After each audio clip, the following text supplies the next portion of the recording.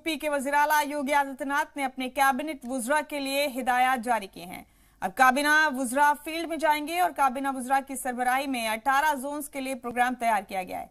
एक जोन में 72 घंटे कयाम करेगी टीम और 75 अजला के नोडल अफसरान 15 दिन में प्लान पेश करेंगे। तो सीएम योगी ने ये हिदायत अपने कैबिनेट वुज़रा के लिए जारी की हैं। ये बड़ा अपडेट आपको यूपी के हवाले से दे रहे हैं। अब कैबिनेट वुज़रा फील्ड में जाएंगे और काबीना वुज़रा की सरबराही में 18 जोन्स के लिए प्रोग्राम तैयार कर दिए गए हैं।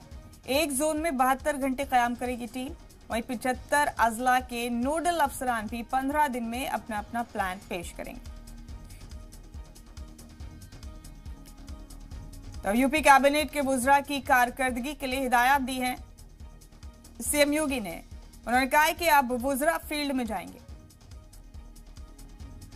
फील्ड में जाकर कारकर्दगियों को अंजाम देंगे। इसके लिए टीम बनाई जाएंगी और जोन वाइज इन कारकर्दगियों को अंजाम दिया जाएगा। फील्ड में जाकर वुज़रा को अब काम करना होगा। अहम अपडेट आपको यूपी के हवाले से दे रहे हैं इस वक्त का।